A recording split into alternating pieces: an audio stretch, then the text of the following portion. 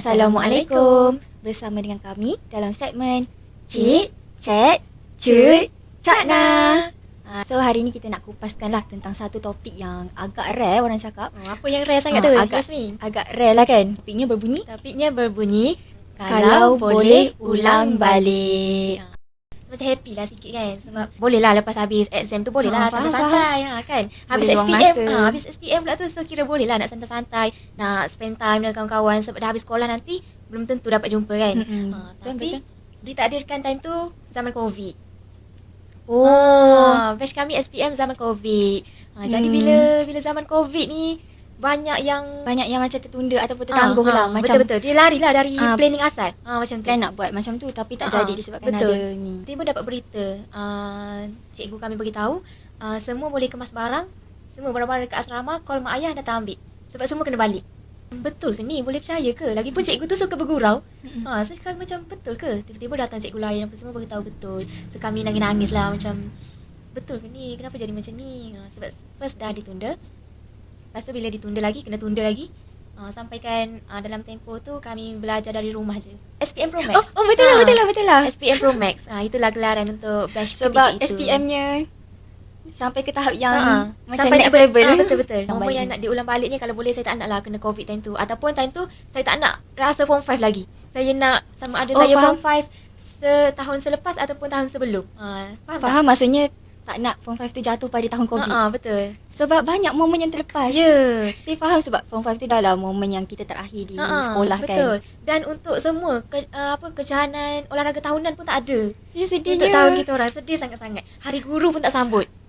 Sumpah sedih. Padahal kita orang, kami dah plan macam-macam dah nak sambut hari guru macam ni. COVID start bulan 3 macam tu kan. Macam bulan 3 lebih kurang lah 2019 lagi COVID. Betul. Tapi itulah macam-macam berlaku kan.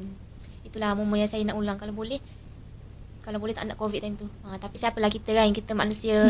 Tu tapi, semua di sebalik semua tu adalah yang Tuhan nak tunjuk kat kita. Mungkin ada jugalah hikmah kan di sebalik apa yang berlaku. Betul-betul. Kalau apa yang boleh diulang balik, berdasarkan pengalaman hidup saya, saya agak kurang gemar lah dengan masa zaman saya sekolah. Kenapa tu? Sebab masa sekolah rendah, sekolah menengah, masa saya masuk college baru saya okey, salah satu sebabnya adalah kenapa? Pada saya sekolah rendah, saya seorang yang sangat-sangat introvert. Sangat-sangat introvert, sangat-sangat pendiam. Tak reti buat kawan, tak reti bercakap, tak reti bersosial lah, senang kata. Tak reti bergaul lah. Faham? Saya tak reti bergaul dan saya sangat-sangat takut. Saya tak tahu saya takut kenapa, tapi saya takut sangat. Sehingga daripada darjah 1 sehinggalah sekolah menengah. Cuma saya pun tak tahu macam mana saya boleh survive. Agak sedih lah sebenarnya. Sebab saya tak tahu kenapa. Mungkin ada orang cakap macam saya ni ada anxiety. Tapi saya tak tahu pun anxiety tu apa pada masa tu. Contohnya lah kan, masa darjah 1, saya memang tak pernah beli makanan dekat kantin. Sebab saya takut. Faham tak saya takut tu apa? Dengan tak reti kira duit. Tak tahu macam mana prosedur nak pergi kantin tu kan, kena beratur, kena pilih makanan ke apa, kena tanya makcik tu tanya apa, kena tanya berapa ringgit ke apa, semua tu saya tak tahu. Habis tu macam mana awak makan? Even abah saya dah ajar banyak kali pun, saya takut juga. Macam mana saya makan? Saya bawa bekal hari-hari. Memang setiap hari memang disediakan bekal lah. Ya, dan masa darjah 1, 2 pun saya sering jugalah kena bully lah orang kata. Siapa yang bully Yasmin ni? Bully tu macam orang cakap, contoh saya hari-hari bawa duit. Bawa duit RM2. Dan saya bawa bekal. Tapi hari-hari duit saya hilang. Alamak. Saya tak tahu macam mana duit saya hilang. Saya kan bawa bekal. So saya tinggalkan dompet. Saya memang tak sentuh dompet langsung dekat sekolah. Tapi bila saya balik masuk kelas, saya tengok dompet saya tinggal beberapa sen je. Kenapa macam tu? Hampir setiap hari tau dompet saya kosong. Saya tak tahu macam mana boleh hilang. Dan saya syak adalah orang-orang dalam kelas ke ataupun kelas sebelah ke. Tapi saya tak tuduh siapa-siapa sebab diri saya macam ni, saya takut. Dan saya pernah juga macam kena bully buat kerja sekolah lah. Allah. Kawan sebelah saya, dia suruh saya siapkan kerja sekolah dia. Sebab apa? Sebab dia nak main dekat belakang kelas. Dekat belakang kelas tu ada cikgu sediakan tempat permainan tau. Macam adalah dia sediakan mainan yang seronok lah. Saya pun nak main.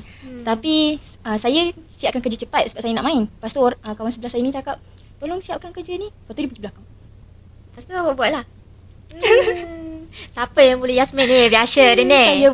Saya buat. Dan bila dah besar baru saya sedar kenapa saya macam tu Tak apalah, tu pengalaman hidup lah. Itu pengalaman apa lah. pengajaran lah juga untuk kita. Tapi so apa yang boleh saya nak ulang balik, kalau saya nak apa yang saya nak, kalau boleh masa darjah 1, masa zaman sekolah lah senang cakap. Darjah 1, sekolah rendah sehingga sekolah menengah, saya tak nak jadi orang yang introvert. Kena berani mencuba sesuatu. Kalau tak memang rugi sebab fasa tu lalu sekali je dalam seumur hidup kita kan. Betul. Mana ada ulang dah zaman persekolahan. Kalau nak ulang pun dalam mimpi je lah. Dah besar-besar ni mana ada zaman persekolahan dah. So bila dah masuk college, baru saya sedar kan benda tu. Lepas terima orang cakap macam-macam, benda yang positif lah, terutamanya family saya lah. Sebab family saya selalu bagi kata-kata motivasi yang dulunya bila saya dengar saya rasa macam merepek. Semua tu macam lah, kalau buat pun bukan jadi, jadi. Tapi bila dah besar, bila fikir balik, kata-kata tu lah yang membantu saya. Yang membantu saya masa college, saya dah start aktif. Start masuk pertandingan ni, start belajar bersosial macam mana, start masuk macam MC dan sebagainya yang berlatih untuk bercakap. So saya sangat-sangat tidak tak menyesal lah. Kalau tak start lagi menyesal. Faham. Tak menyesal lah saya masuk college tu. Sebab pada awalnya saya tak nak masuk college. Pada awalnya saya nak masuk asrama.